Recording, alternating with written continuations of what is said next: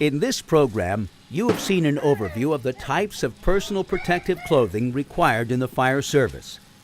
You have seen the elements of the complete protective ensemble, the elements of personal protective clothing and their safety requirements, situations that require specialized personal protective clothing, your responsibilities for the care and maintenance of your turnout gear,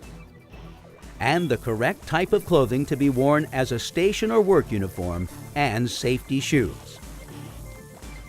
Your personal protective equipment, including your breathing apparatus and protective clothing, are often all that stands between you and the hostile environment of firefighting.